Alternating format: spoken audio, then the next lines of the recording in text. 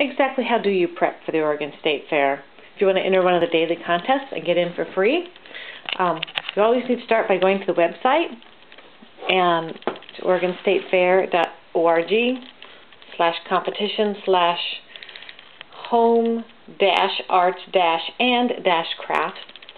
Just go to Google up the Oregon State Fair cooking competitions. You'll find it. This year it's a little bit different. The website's set up kind of funky this year. I think it's all the budget cuts. Anyways, when you get there, you can download the schedule of all the different contests that are going to happen during the week and all the instructions. So I usually go through here and I map out which ones I want to do. I kind of do keywords so I can kind of see all at once what it is I want to enter this year. Then always make sure you read all the directions, including things like this year. They're really going to enforce you have to be there at least 1/2 hour before the contest deadline. No running in at the last minute. This gives you all the general rules for all the competitions. And then each competition has its own fact sheet, which tells you, who's sponsoring this. Bob's Red Mill. He's there every year, opening day of the fair, the day and the time. And then here's the instructions, which you do need to follow. I try to highlight important information or underline. Like you do have to include proof of purchase, which is either the receipt or the packaging. Then it tells you what you can win. And in this case, Bob always brings a stack of $100 bills, and he peels them off for the top, his favorite breads. He and his friends go around tasting the hundreds of loaves. This is a very popular contest. We're going to have Marionberry pie again, and I just put it all in a notebook because this is how I keep track of it. Then as I'm thinking of ideas, I will often then kind of jot some ideas down on the back. This is for the donut competition this year, and I'm trying to think of what donuts I might like to make. So this is how you keep it all organized. Then once you've decided, again, let's go back to the donuts. Let's say donuts. What kind of donuts do I want to make? Then you have to kind of brainstorm some ideas. Find some kind of basic recipe. Here's a bread recipe. Just Betty Crocker, plain one. It actually gives you some alternatives in here. But then you start thinking about what flavor you want to infuse in that. Something that's popular, maybe something you've seen on the Food Network, or something you've seen in a restaurant. Or flavors that you just like. Like I really like ginger.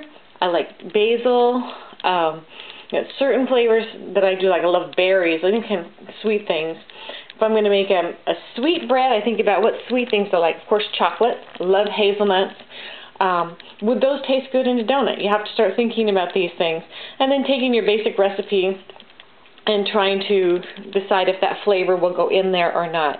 The cool thing about it is, like if you look at this basic bread recipe here, there's a little bit of sugar. Okay, sugar, that's anything sweet. So you could substitute out here maybe some molasses, some honey, candied ginger, brown sugar. There's a lot of things that are sweet. And if you add something like molasses that's got moisture in it, then you need to reduce moisture some other place in the recipe. There's shortening. That could be butter. You could put in olive oil. You could put in any type of fat, just depending on what flavor you want to have. It's almost always some type of liquid. Here we have milk. You could make that, fruit juice or tomato juice, any kind of liquid, chicken broth, within reason. So think about flavors that you like and think about how maybe you could swap out some of those in this recipe. And then it's a matter of trying it. And as you're making this bread, and if you've swapped out something here, you need to watch your consistency. Maybe you need to add a little bit more flour. Maybe you need to, and taste the dough just a little bit. My kids always used to love to lick the beaters. Go ahead and do that. Take a little bit of your yeast dough. As long as there's no, ingredients that would be like raw chicken or something, you can pretty much taste the dough and get an idea of whether the flavors are going to go well together. And then you just experiment and have fun with it, and have plenty of friends and family available to taste test for you. Encourage them, not just say, oh, that's delicious.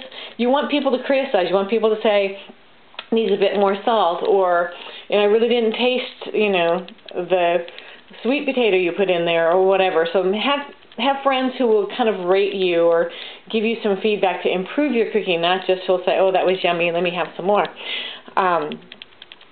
Let me see. I'm going to check my notes. I guess that's it for today. Just make sure you have a lot of fun with this, because keep asking yourself, why not? Why couldn't I do this? Could I do that?